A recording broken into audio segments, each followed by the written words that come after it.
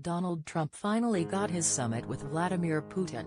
He has been pushing for it for months, seeming nearly desperate in recent weeks to get private FaceTime with the Russian president. The last time they had a private chat was at the G20 meeting in Germany nearly a year ago. Much has happened since then. The boys have a lot of catching up to do. We don't know exactly what's happening with Special Counsel Robert Mueller's office because his staff doesn't leak. But you can't help but get the feeling that the president and his congressional henchmen know something because they are behaving with more manic intensity than usual. On Thursday, House Republicans grilled FBI Director Christopher Wray and Deputy Attorney General Rod Rosenstein as if they were suspected of being moles for al-Qaeda. It was bad enough that Rosenstein, who has always come off as a very measured fellow, almost lost his temper with the Representative Jim Jordan, a Freedom Caucus Republican from Ohio, accusing the Deputy Attorney General, who was under oath, of a cover-up as part of a convoluted conspiracy theory to conceal the president's collusion with the Russian government is one of the boldest examples of working the refs the GOP has ever conceived. Some Republicans are clearly trying to make the FBI and DOJ second-guess all their actions and look over their shoulders, at the very least. At worst, they're laying the groundwork to give the president a phony basis on which to fire the investigators. Whatever their ultimate plans, they are frantically picking up the pace.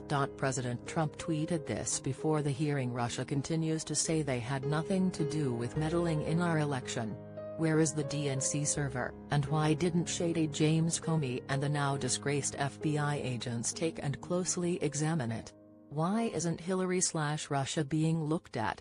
So many questions, so much corruption. Donald J. Trump at Real Donald Trump, June 28, 2018. After all this time, Trump continues to say that the Russian government had nothing to do with the election interference, which even his lockstep defenders in Congress have accepted as fact. Indeed, it's almost as if that's become some kind of signal the president once again defending Russia's innocence in electoral sabotage that helped him get elected, as he sets up a summit. Putin is the same as his Russia, if you're listening moment. He's telling them to keep going.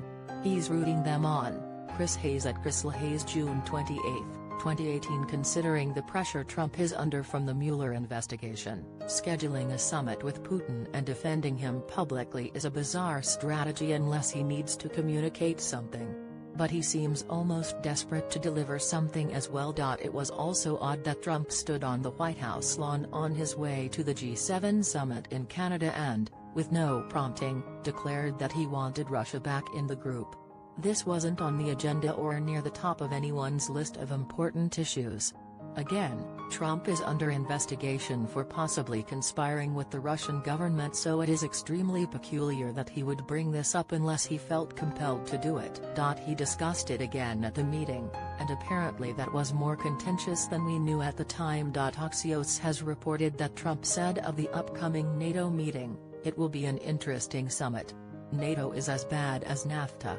It's much too costly for the US." He said this right after his fatuous comment that Crimea belongs to Russia because everyone there speaks Russian. Trump has been complaining about NATO countries failing to pay up since he began his campaign for president, so that's nothing new.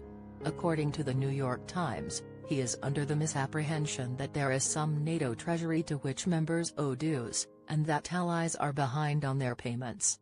In fact, each country sets its own level of military spending, and it has gone up approximately $87 billion in the last 4 years. I think the Times may have Trump wrong on this. He thinks NATO members pay the US for protection and he wants them to pay more. Whatever Trump's reasoning, in light of his affinity for the Russian president, one can't help but wonder if this tiresome riff won't end up being his excuse for ending the alliance, much as he tore up the Paris Climate Treaty and the Iran deal. European allies are certainly worried about this possibility, and there can be no doubt that would please Vladimir Putin very much.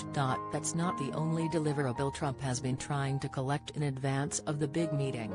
CNN reports that Trump privately brought up the idea of pulling U.S. forces out of Syria with King Abdullah of Jordan because he believes he can strike a deal with Russian President Vladimir Putin on a so-called exclusion zone in southwest Syria that will allow the U.S. to get out ASAP.